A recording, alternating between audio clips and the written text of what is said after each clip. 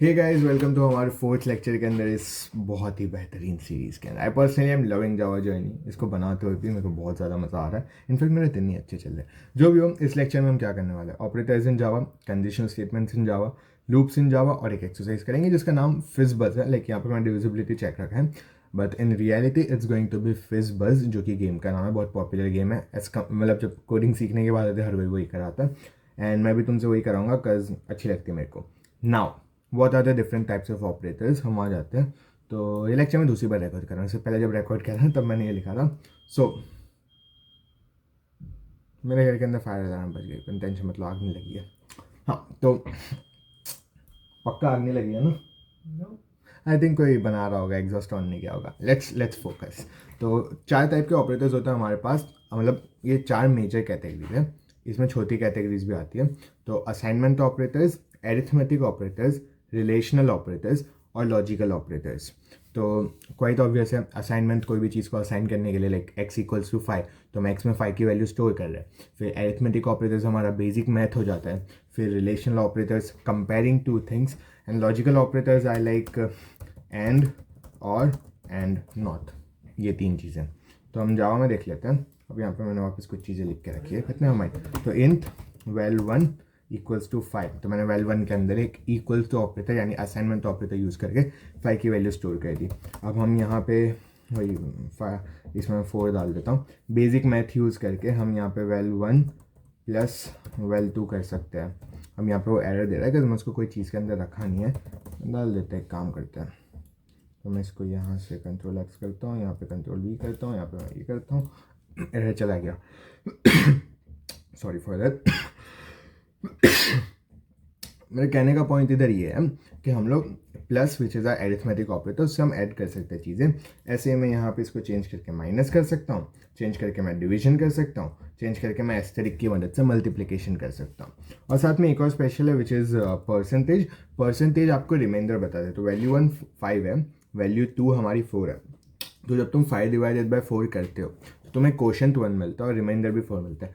Suppose मैं value 1 को 5 की जगह कर देता हूँ 7, तो जब मैं 7 डिवाइड बाय 4 करता हूँ मेरा रिमाइंडर 3 आता है। तो अगर मैं यहाँ पे इसको रन करूँगा कि वैल्यू 1 परसेंटेज वैल्यू 2, तो मेरे को देखो आंसर 3 बता रहा है, because that's just how our percentage works कि हमको वो रिमाइंडर वैल्यू देता है। तो ये हमारा परसेंटेज है। तो बेसिकली हमने आई थिंक, हाँ, और दो हमारे पास है। तो अभी देखना मेरी वैल्यू, मैं इस साउथ को हटा देता हूँ यहाँ से। वैल्यू 1 मेरी 7 है, एंड आई विल डू यहाँ पे वैल्यू 1 प्लस प्लस, और मैंने यहाँ पे साउथ कराता हूँ well 1। Let's print this out. 8। तो हुआ क्या, 7 था, लेकिन मैंने यहाँ प्लस प्लस किया इसलिए 8 आ गया। सपोज मैं इसको प्लस प्लस की जगह वेल 1 माइनस माइनस, अब देखना यहाँ पे वैल्यू 6 आ जाएगी। बेसिकली ये इंक्रीमेंट और डिक्रीमेंट ऑपरेटर्स है। सो इन एन इंक्रीमेंट ऑपरेटर चीज़ें 1 से बढ़ जाती है, डिक्रीमेंट ऑपरेटर में 1 से कम हो जाती है। That's the gist of it. Arithmetic operators हमने कर लिए। फिर ये असाइनमेंट ऑपरेटर्स थे, इक्वल टू। एक और बहुत ही बेहतरीन ऑपरेटर होता है which is assignment addition, like addition assignment, वो सारे ऑपरेटर्स उसमें बताता हूँ कैसे करता है। वेल 2 है, तो सपोज मेरे को अभी करना है वेल 1 में वेल 2 की वैल्यू ऐड करके उसको वेल 3 में स्टोर करना है। So I have to do int val 3 equals to, एक काम करते हैं, int result equals to val 1 plus val 2। Okay, अब ये मेरे को वैल्यू मिल गई, लेकिन मैं चाहता हूँ अगर कि इसके अंदर मैं ऑटोमेटिकली 3 और ऐड कर दूँ। लाइक 7 + 4 आई हैव 11, बट मैं उसमें और 3 ऐड करके उसको 14 कर दूँ। देन मेरे को एक एक्स्ट्रा स्टेप लगाना पड़ेगा, लाइक पूरा उसमें ऐड करना पड़ेगा। What I could just do is K result plus equals to 3। Perfect. अब देखना मेरे रिजल्ट की वैल्यू ना यहाँ पे मेरे को क्या मिलेगी। रिजल्ट मैं इसको कराता हूँ प्रिंट, मेरे को यहाँ 14 मिल जाएगा। बेसिकली मैंने इक्वल टू के पहले प्लस को लगा दिया, तो वो क्या करेगा, रिजल्ट में 3 को ऐड करेगा, फिर उस वैल्यू को रिजल्ट में असाइन कर देगा। एंड अगर मैं प्लस की जगह यहाँ पे माइनस कर देता हूँ तो मेरे को वैल्यू 8 मिल जाएगी, बिकॉज वो पहले माइनस करेगा यानी कि सब्ट्रैक्ट करेगा, और उसके बाद रिजल्ट में वैल्यू 3 को ऐड कर देगा, मतलब स्टोर कर देगा। नहीं, 3 को स्टोर नहीं करेगा, मतलब 7 + 4 - 3 करके जो भी वो स्टोर करेगा। कहने का मतलब ये है कि इक्वल टू के पहले तुम जो भी नॉर्मल ऑपरेटर लगाओगे वो वाला अपना काम कर देगा, और उसके बाद तुम्हारे इक्वल टू के बाद जो भी वैल्यू है वो स्टोर हो जाएगी। हमारे असाइनमेंट ऑपरेटर्स थे, फिर वही बेसिक चीज़ें हमारी ग्रेटर देन लेस देन, तो ये रहा हमारा ग्रेटर देन साइन, फिर ग्रेटर देन इक्वल टू वाली साइन हो गई, फिर ये एरर्स दे रहा है उसका तुम टेंशन मतलब वो तुम्हारी सिचुएशन पे पता चली जाता है। फिर ये एंड एक बहुत ही इम्पॉर्टेंट है विच इज़ वो इंट था ना इसलिए एरर दे रहा था। अगर मैं उसको बूलियन कर देता हूँ for example let's make it Boolean, तो हम यहाँ पे आते हैं, ये लो ये एरर नहीं देगा ना ये बहुत इंपॉर्टेंट है। यहाँ पे ना मैं रिजल्ट को प्रिंट करा है, देखना मुझे रिजल्ट देगा फॉल्स। मैं डबल इक्वल टू यूज़ किया, double equal to is to check के दोनों चीज़ें इक्वल है या नहीं। तो अगर तुमको एक्चुअल में इक्वल चेक करना है यूज़ डबल इक्वल टू, और अगर तुम्हें कुछ असाइन करना है तो सिंगल इक्वल टू यूज़ करो। That's the gist of it. Suppose मैं वेल टू की वैल्यू को भी 7 कर देता हूँ तो भी मेरे को ट्रू दे देगा बिकॉज दोनों की वैल्यू 7 है। दैट्स इट, वही हमारे ऑपरेटर्स थे। एंड हाँ हमारे पास एंड वो सब है। So basically how you use and के केस में क्या होता है, बुलियन रिजल्ट मैं यहाँ पे रिजल्ट 2 इक्वल्स टू ट्रू रखता हूँ एंड यहाँ पे मैं boolean final equals to what I can do is result and result 2. Okay, why did and not work? Oh, final keyword है ना, I can't use it. Perfect, हो गया। तो रिजल्ट एंड रिजल्ट 2, तो इस केस में क्या है रिजल्ट और रिजल्ट 2 अगर वो दोनों ट्रू होंगे ना तो मेरे को फाइनल भी ट्रू प्रिंट होगा। मैं एग्जांपल देता हूँ, सपोज मैं यहाँ पे इसको फाइनल कर दिया, फाइनल 2 को प्रिंट करा रहा हूँ तो इस मोमेंट पे नीचे ट्रू प्रिंट होगा। परफेक्ट, पर अगर मैं मेरे रिजल्ट 2 को फॉल्स कर देता हूँ तो नीचे मेरे को फॉल्स प्रिंट होगा। कहने का ये है कि जब तुम एंड यानी कि डबल एम्परसेंड को यूज़ करते हो तो उसके दोनों साइड पे जो भी ऑपरेंड्स है वो दोनों के दोनों ट्रू होने चाहिए। If they are not true, उनमें से एक भी फॉल्स है तो आपको रिजल्ट फॉल्स मिलने वाला है। और अगर आप इसकी एम्परसेंड की जगह और यूज़ करते हो विच इज़ आर 2 पाइप्स तुमको ना शिफ्ट राइट शिफ्ट के ऊपर मिल जाएगी, तो आपको शिफ्ट दबा के दबाओ, यूजुअली वो कीबोर्ड्स में होते हैं, मेरे में वाएँ। तो उसके अंदर क्या है, दोनों में से कोई एक को भी ट्रू होना ज़रूरी है। ये देखो इसके अंदर मेरा रिजल्ट 2 भले फॉल्स था लेकिन रिजल्ट 1 ट्रू था, इसलिए मेरे को फाइनल रिजल्ट ट्रू मिल गया। सो एंड में दोनों साइड पे से ट्रू होना चाहिए और में कोई एक भी ट्रू हो काफ़ी है। नॉट बेसिकली उल्टा कर देता है। तो मैं अगर यहाँ पे boolean final 3 equals to not result 2 और मैं यहाँ पे अगर फाइनल 3 को प्रिंट कराता हूँ तो नोटिस करना ट्रू होगा। अब मेरा जो रिजल्ट 2 था वो फॉल्स था तो मैंने बस उसका नॉट कर दिया। तो फॉल्स का अंदर अगर मैं नॉट लगा रहा हूँ ट्रू हो जाएगा, ट्रू में नॉट लगा रहा हूँ फॉल्स हो जाएगा। तो ऑपरेटर्स हमारे इतने ही थे। इसका एक टर्नरी ऑपरेटर है जिसको मैं आपको कंडीशनल स्टेटमेंट्स में समझाता हूँ। तो ऑपरेटर्स यहाँ हो गए। Let's move on to conditional statements. Conditional statements अब ऐसी है कि हमें रियल लाइफ में भी जब कोई सिचुएशन आती है जब हमको सोचना पड़ता है कि मैं ये करूँ या ये करूँ, लाइक फॉर एग्जांपल अभी तुम्हें सोचना पड़ेगा कि तुम ये वीडियो देखो या इसे स्किप करो। सो ना वहाँ पे आपका एक कुछ है तो अब कुछ कंडीशंस पे डिपेंड करेगा। या फिर हम एक और बेहतर एग्जांपल लेते हैं, तुम्हारे पास 100 रुपीज़ है, अब वो तुम कहीं भी स्पेंड कर सकते हो, एक चीज़ थिंग ए पे भी थिंग बी पे भी। अब कुछ ना कुछ कंडीशन होगी जिसकी वजह से तुम उसको थिंग ए पे स्पेंड करोगे एंड कुछ कंडीशन की वजह से थिंग बी पे स्पेंड करोगे। So what we tell our code is कि तुम कंडीशन को चेक करो, अगर कंडीशन ट्रू है तो ये करना, कंडीशन फॉल्स है तो कुछ और करना। फॉर एग्जाम्पल अब that's basically if else statements. तो इफ़ और ब्रैकेट में हम कंडीशन लिखेंगे, तो मैं कंडीशन लिखता हूँ 5 इक्वल्स टू 5 एंड फिर हम कर्ली ब्रेसेस से एक ब्लॉक बना देंगे। 5 इक्वल्स टू 5 काम नहीं करेगा, हमें वेरिएबल्स बनाने पड़ेंगे। इंट एक्स इक्वल्स टू 5 फिर इंट वाई इक्वल्स टू 5 और मैंने यहाँ एक्स इक्वल्स टू वाई कर देता हूँ। Int x equals to y and y sorry double equal to लगेगा, 5 इक्वल्स टू 5 भी चल जाता, my bad, double equal to. तो इंट एक्स इक्वल्स टू 5 है तो यहाँ मैं करा देता हूँ साउथ के बोथ आर सेम। तो अब यहाँ पे बेसिकली क्या हुआ, मैं इफ़ में ब्रैकेट में पैरेंथेसिस में कंडीशन डाली है। अगर ये कंडीशन मेरे को ट्रू देती है आउटपुट देन हम इस ब्लॉक में आ जाएंगे, अगर वो मेरे को फॉल्स देती है देन हम ब्लॉक के बाहर आ जाएंगे। तो अगर मैंने यहाँ कुछ नहीं लिखा है तो कुछ नहीं होगा, वो नॉर्मली अगले स्टेटमेंट पे चला जाएगा। For example south this is next statement. अगर मैं इसको रन करता हूँ ना मेरे को 2 स्टेटमेंट्स प्रिंट होगी, नोटिस करना, बोथ आर सेम और this is next statement. But अगर मैं वाई की जगह यहाँ पे वाई 4 कर दूँ विच मीन्स कि हमारा कंडीशन फॉल्स आने वाला है, सीधा अगली स्टेटमेंट पे जाएगा, वो ब्लॉक के अंदर ही जो हमारा कर्ली ब्रेसेस है उसमें एंटर ही नहीं करेगा। ना what I can do is कि अगर मेरे को ये चाहिए कि अगर दोनों सेम ना हो तो प्रिंट हो कि वो सेम नहीं है, तो मैं एल्स करूँगा कि एल्स, अब एल्स के अंदर मैंने कोई भी कंडीशन नहीं लगाया, तो इररिस्पेक्टिव ऑफ द फैक्ट कुछ भी हो वो एल्स में जाने वाला है। तो मैं एल्स में करूँगा sout both are not same and let's run this, both are not same आ गया। तो ये इफ़ एल्स था, और कंडीशनल में एक और तीसरा आ जाता है कि तुम एल्स इफ़ डाल सकते हो। तो यहाँ पे मैं x इक्वल्स टू 5 हटा देते हैं, हम जो y इक्वल्स टू 4 रखते हैं, एंड लेट्स चेक कि क्या हमारा y इक्वल्स टू 10 है या नहीं। इक्वल्स टू लगाना पड़ेगा, ओके। तो इस केस में तुम नोटिस करना both are not same print होने वाला है, बट यहाँ पे ना मैं एक छोटा सा कोड ऐड करता हूँ, एल्स इफ, एक और conditional bracket, curly braces, okay my bad, intelligence dump, हाँ अब सही है, अब सही है।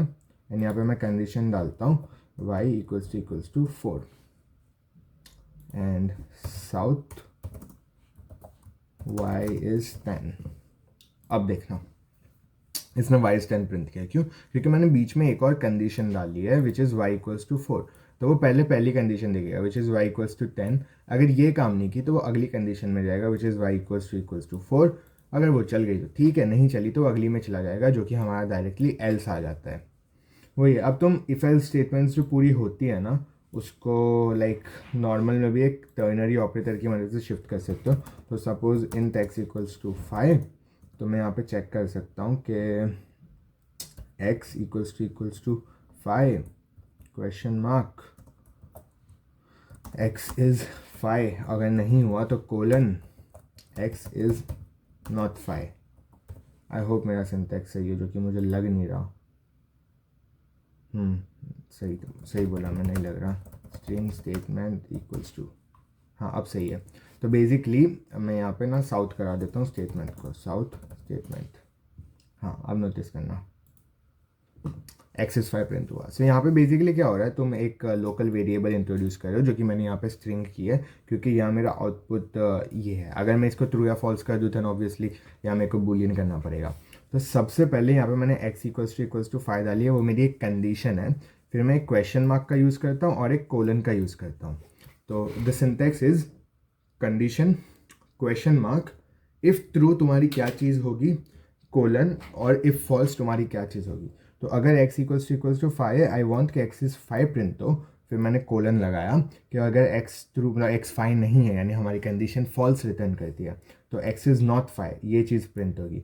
अब ना मैं इसको यहाँ पे से चेंज करके ट्रू कर देता हूँ, एंड मैं इसको यहाँ पे से चेंज करके फॉल्स कर देता हूँ, एंड स्ट्रिंग की जगह इसको बूलियन कर देता हूँ,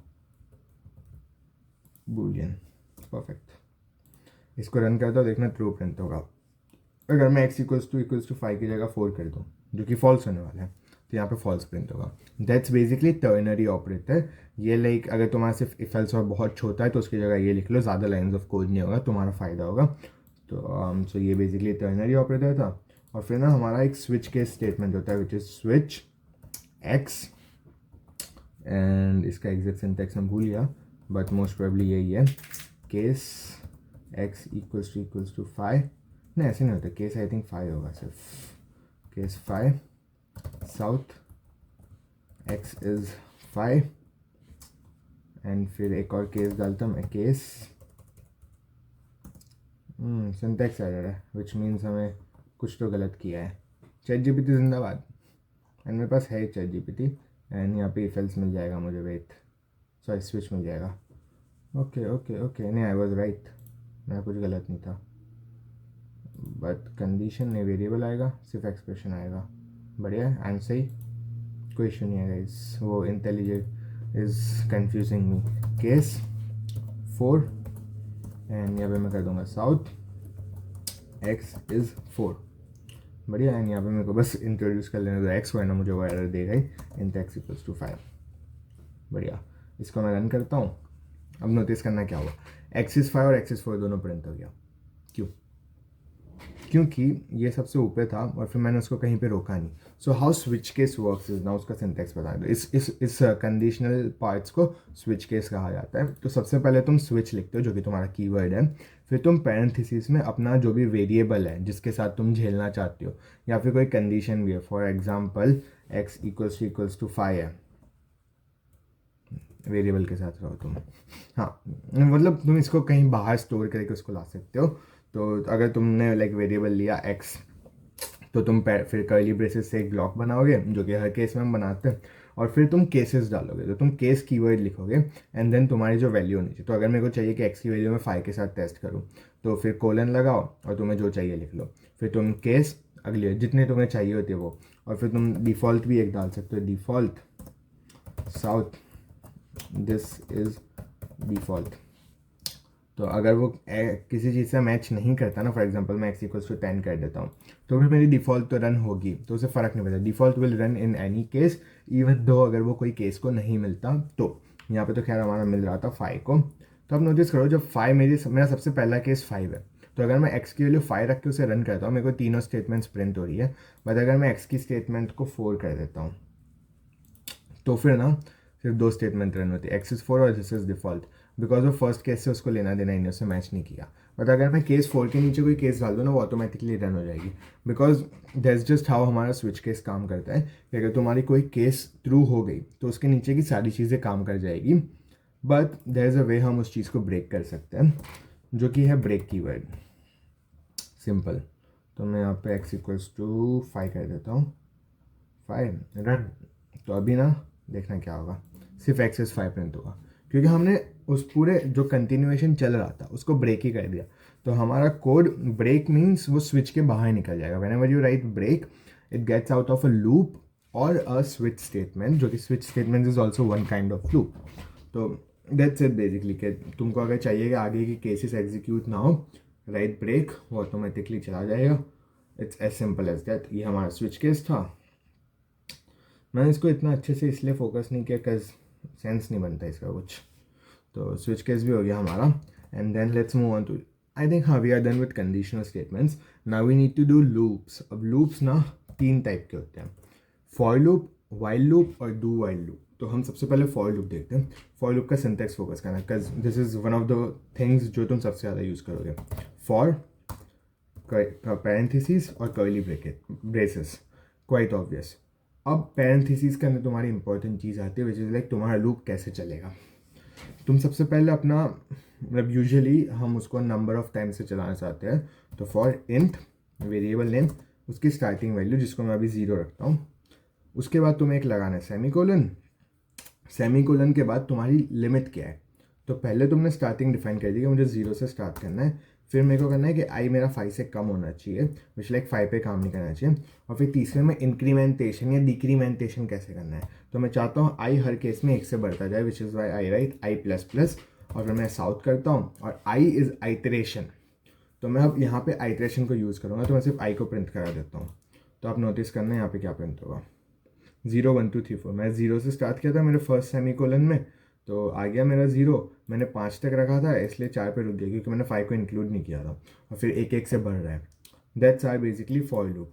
उसका सिंटैक्स फॉर लिखो, पैरेंथेसिस में 3 चीज़ आएगी, starting value, ending value, and आपका इंक्रीमेंटेशन या डिक्रीमेंटेशन जो भी है वो कैसे होगा, और फिर कर्ली ब्रेसेस में आपको जो भी लॉजिक लगाना है लगाओ। No one cares about it honestly. फिर एक्चुअली ना तुम एक फॉर ईच लूप का भी यूज़ कर सकते हो, जो कि मैं बताता हूँ, जिसके लिए मैंने एक एरे बनाता हूँ, strings equals to string 1 comma string 2 comma string 3। बढ़िया।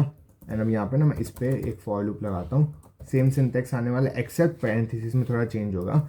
तो सबसे पहले मेरे को डेटा टाइप डिफाइन करना पड़ेगा, कौन सा टाइप है। तो मेरे स्ट्रिंग्स के अंदर सारी चीज़ें स्ट्रिंग टाइप के, इसलिए स्ट्रिंग, कोई रैंडम वैल्यू तो वैल्यू, फिर कोलन, और तुम्हारे जो एरे है उसका नाम। तो यहाँ पे मैं साउथ कराऊंगा वैल्यू। तो बेसिकली यहाँ पे क्या हो रहा है, मैं मेरे एरे पे लूप कर रहा हूँ। तो इसका सिंटैक्स को बता, पहले रन करके बता दो, एग्जांपल लिख जाए। तो पिछले का भी हो रहा है, स्ट्रिंग 1 स्ट्रिंग 2 स्ट्रिंग 3 प्रिंट हो रहा है। So what I did here was, parenthesis में नोटिस करो मैं लिखा है स्ट्रिंग वैल्यू। स्ट्रिंग मेरा डेटा टाइप है, क्योंकि मेरे जो एरे था वो सब कुछ स्ट्रिंग्स टाइप का कंटेन करता था। तो मैंने डेटा टाइप स्पेसिफाई कर दिया कि जो भी इंडिविजुअल चीज़ को मैं लूँगा वो मुझे स्ट्रिंग टाइप की चाहिए। मैंने वैल्यू एक रैंडम वेरिएबल नेम लिखा है। अगर मैं चाहूँ ना तो वैल्यू को चेंज भी कर सकता हूँ, लाइक वैल्यू की जगह मैं यहाँ लिख दूँ रैंडम वैल्यू, फिर कोलन, और कोलन के बाद तुम्हें ना अपने उसका नाम बताना है, एरे का, जिस चीज़ के ऊपर तुम आइटरेट करना चाहते हो वो उसकी हर इंडिविजुअल चीज़ को लेगा। तो अभी मेरा कोड क्या करता है, स्ट्रिंग्स, वो ढूंढता है कि स्ट्रिंग्स कहाँ है, स्ट्रिंग्स को डिवाइड अप करता है हर इंडिविजुअल एलिमेंट में, and one at a time उस इंडिविजुअल एलिमेंट को लेके वैल्यू नाम के वेरिएबल में स्टोर करता है। फिर यहाँ पे जो भी लिखा गया है कि हाँ वैल्यू ना, वैल्यू के साथ जो भी करना है आई डोंट, मतलब उसको फ़र्क नहीं पड़ता, वो फॉलो करता है इंस्ट्रक्शंस जो कि मैंने लिखी हुई है कर्ली ब्रेसेस के अंदर, वो एग्जीक्यूट करता है, अगली वैल्यू पे जाता है। तो उसने स्ट्रिंग 1 को लिया प्रिंट किया, स्ट्रिंग 2 को लिया प्रिंट किया, स्ट्रिंग 3 को लिया प्रिंट किया। ये फॉर लूप कहा जाता, फॉर ईच लूप कहा जाता है, जो कि मुझसे बहुत काम की चीज़ है। तो दो टाइप के फॉर लूप्स, एक आपका नॉर्मल आइटरेशन टाइप का और एक आपका फॉर ईच टाइप का। फिर ऐसे ही से वाइल लूप आता है, तो int x equals to 0। Okay, अब यहाँ पे मैं एक वाइल लूप चलाता हूँ, वाइल ब्रैकेट्स मतलब parenthesis curly braces, quite obvious condition हमारी पैरेंथेसिस में आएगी। तो while x is less than 10 I want this out x। अरे नहीं नहीं नहीं नहीं नहीं, ये क्या हो गया, ओके हाँ परफेक्ट, x प्लस प्लस। तो अनलाइक फॉर लूप यहाँ पे हमें उसको पैरेंथेसिस के अंदर इंक्रीमेंट नहीं करना, उसकी वैल्यू चेंज कर्ली ब्रेसेस के अंदर होगी। सो ये कोड मेरा क्या कर रहा है, वो वाइल लूप चला रहा है, तो सबसे पहले कंडीशन चेक करेगा, कंडीशन क्या है, x 10 से छोटा है यानी x मेरा 0 है, विच मीन्स वो 10 से छोटा है। तो क्योंकि वो वाइल कंडीशन चल रही है वो हमारे लूप के अंदर आ जाएगी, तो x को प्रिंट कर देगा। और क्योंकि अब चलो मैं ना इस फॉर अ मोमेंट इस लाइन को हटा देता हूँ, मैं इसको रन करूँगा ना, ये फॉर इन्फिनिट टाइम चलती जाएगी, मेरे को इसको फोर स्टॉप करना ही पड़ेगा वरना मेरा लैपटॉप क्रैश हो जाएगा। मतलब इतने छोटे से तो नहीं, but you get the point. क्योंकि हमने कभी x की वैल्यू मेरी 10 तक पहुंची नहीं थी, तो ये इन्फिनिट चलेगा। तो यहाँ पे मेरे को अभी खुद से कुछ ऐसा ब्रेक पॉइंट डालना पड़ेगा, जो कि मैंने अभी यहाँ पे x प्लस प्लस डाला है, तो मेरी x की वैल्यू इंक्रीज़ होती जा रही है, तो वो कभी ना कभी 10 पहुँचेगी। तो जब भी 10 पहुँचेगी ना वो रन नहीं करेगा, तो देखना मेरा 9 तक ही आने वाला है, ये रहा 9 तक आके रुक गया। दैट्स बेसिकली और while loop.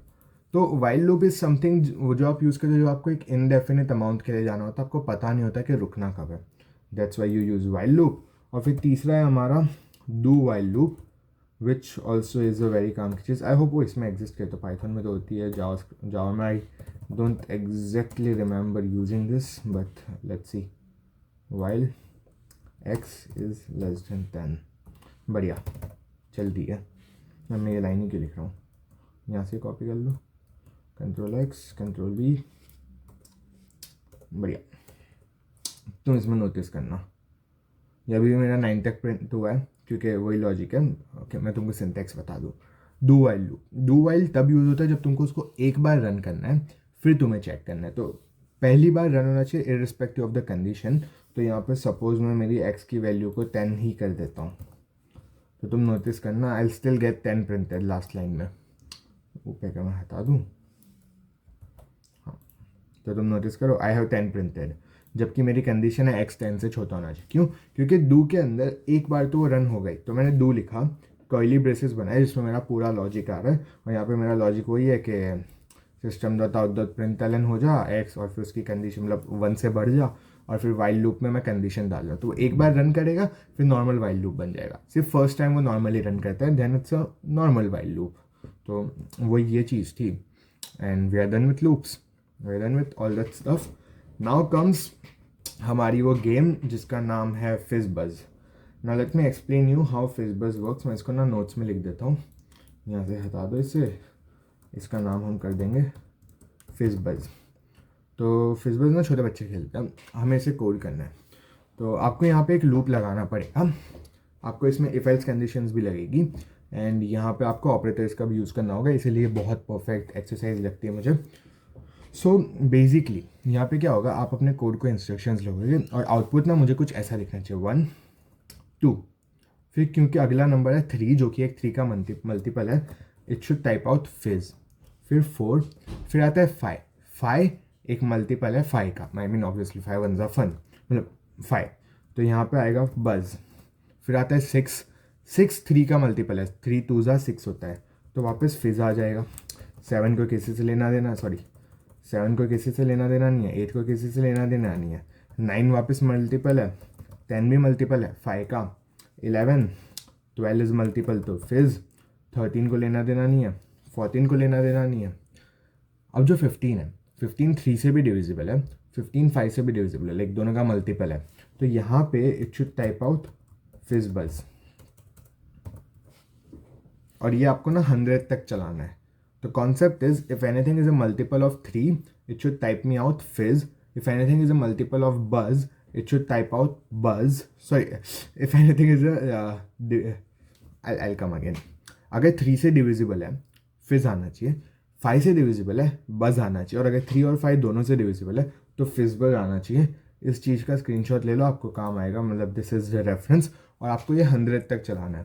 So figure out कि आप 100 तक का लूप कैसे चलाओगे, फिर उसके अंदर इफ एल्स कंडीशन में डाल दो कि 3 आया तो क्या करना है, 5 आया तो क्या करना है, 15 आया तो क्या करना है। आई मीन 15 या तुम दोनों का सेम देख लो, it's all up to you. तो या डू इट, मैं या तो अलग से कोई वीडियो डालूंगा तो अगले लेक्चर के स्टार्ट में बता दूंगा इसको कोड करके, तुम कमेंट सेक्शन में डाल सकते हो, I review your code and let you know. And that was the gist of it. I think आज का लेक्चर हो गया। अगले लेक्चर में मिलेंगे जिसमें हम मेथड्स को और डिटेल्स में पढ़ेंगे, तो मोस्ट प्रोबेबली इस गेम को हम एक मेथड बना देंगे एंड ऑल। तो वही है, तो मिलता हूँ मैं आपको नेक्स्ट लेक्चर में, तब तक के लिए बाय।